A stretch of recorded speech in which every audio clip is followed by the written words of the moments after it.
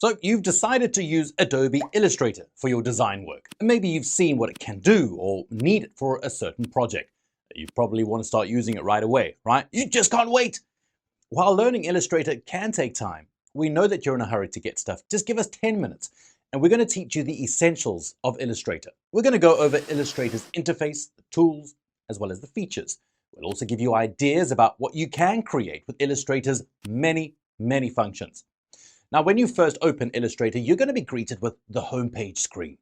Now, look on the left and you'll see options to either create new or open. Click Create New to start a new project, or Open if you want to open an existing Illustrator file.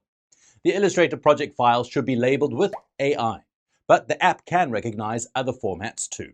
Now, this includes Photoshop documents and images as well. If you're just starting to use Illustrator, you'll most likely start from a new document. So go and click Create New and you'll be given various options for different templates. It's similar to Photoshop with formats for mobile, web, print, film and video, and art and illustration. Or simply create your own with the customization tools for size, orientation, and more. Whatever you want. Hey, listen, I'm not your mom. Mama, not the mama, not the mama, not the mama. Now we can look at the interface when you've created a project. We're going to be honest here, there is a lot to take in and it can be incredibly overwhelming at first. So let's just take this step by step, shall we?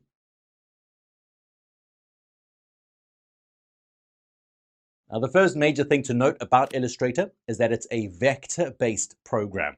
And it runs much differently than Photoshop, which uses raster-based graphics. All your drawings in the program will exist as vectors that can be edited much easier than raster ones.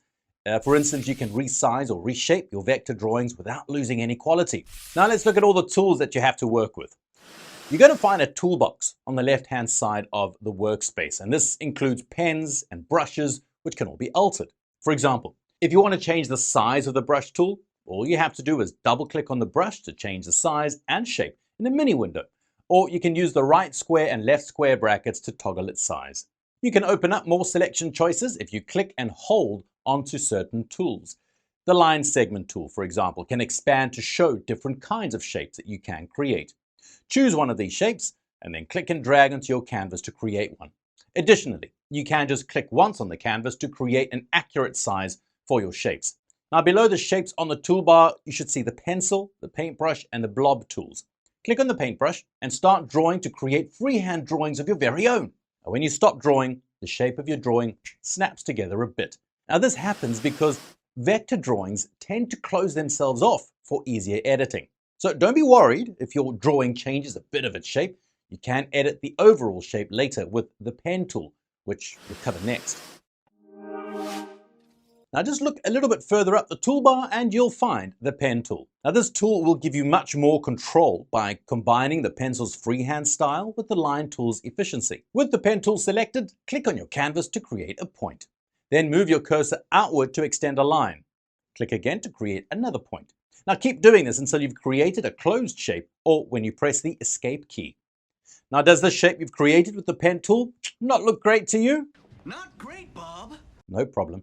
You can use the same tool to click on every anchor of that shape and move it around. You can also hold Alt while clicking to create more curvature by dragging the blue handles when selected. You need more anchors? Not a problem either.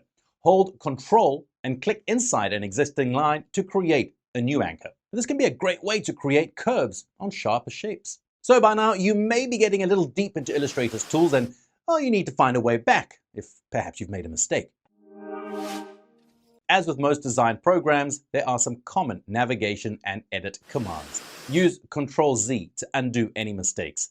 Use the mouse wheel to zoom in and out of your interface to make more elaborate edits. While covering the basics, let's cover a familiar vector-based tool from Photoshop. The Type tool seems pretty easy to use. Click it in the toolbar.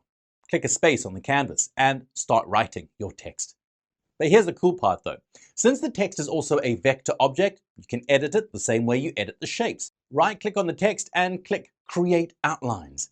You can then use the pen tool to manipulate the text into different shapes. Now this can be handy if you're trying to create text around a certain shape. Make sure to create a backup of the text that you're manipulating because once you create the outlines, you won't be able to go back and change it. But what if you want your text on a shape? Well, then you'd click and hold onto the Type tool to find Type on Path. Now this tool works the same way as Type, but recognizes shapes as the path to follow.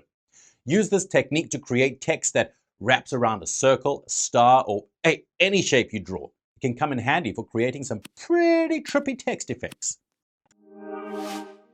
Okay, so you've made some designs, but now you want to move them around for a better placement. The selection tool is what you'd use for this task. Think of this like Photoshop's freeform tool for Illustrator. It allows you to select any object by creating a bounding box around it. Click and drag to move that object. Use the nodes on the corners to change the size and the shape. You can also easily copy and paste any of these selections using the command functions of Ctrl-C and Ctrl-V. One of the more fascinating aspects of having vector objects is being able to erase them. Now, create a shape and then use the eraser to erase straight through it by clicking and dragging. After doing this, you'll notice that new objects are created and closed off due to your erasing. Now, let's look at the toolbars on the right side of the screen. You'll see a Properties tab present whenever you select an object. Use these options if you want to change the size and the shape of your object automatically. You can also adjust the fill and the stroke color of your shape. So if that star you created could use some yellow inside of it, the Properties tab is where you'd go for that task. You can also change the opacity to set a certain level of invisibility to your object, so that it's more subtle. Text objects also have special properties to edit from the Properties panel, and this includes the font family, the size, and alignment of your text. The last thing to mention about the Properties panel is that there's a button labeled FX. Use this to apply several different distortions and effects to your objects. There are too many to go through in this video, so I just poke around and experiment when you get a moment. Next to the Properties panel, you should also see the Layer panel. Go and click on this and look at all the different layers created by your objects. Use this to navigate and organize your many objects easily. This can better determine which objects should be in the front and which will be in the back. It's also way less confusing to use this for editing, instead of just clicking around hoping that you get the right object selected. Okay, so once you've got a design that you're happy with, how do you export it? Well, first, you must save the project by going to File and Save As. Save this project as the file type AI so that you can open it in Illustrator in the future. Alternatively, you can choose File, then Export, and Export As to save the project as a different type of project for Photoshop or even AutoCAD. Assuming you're creating designs for use on the web, navigate to File, Export, Export for Screens. And this will allow you to render your design as a JPEG, PNG, or PDF. Customize the export options and then choose Export Artboard. And that's it. You've got your design ready to show the world. Yay! And that about wraps up this video. If you enjoyed it, please be sure to like and subscribe for more Illustrator tutorials. Thanks so much for watching. I'll see you next time.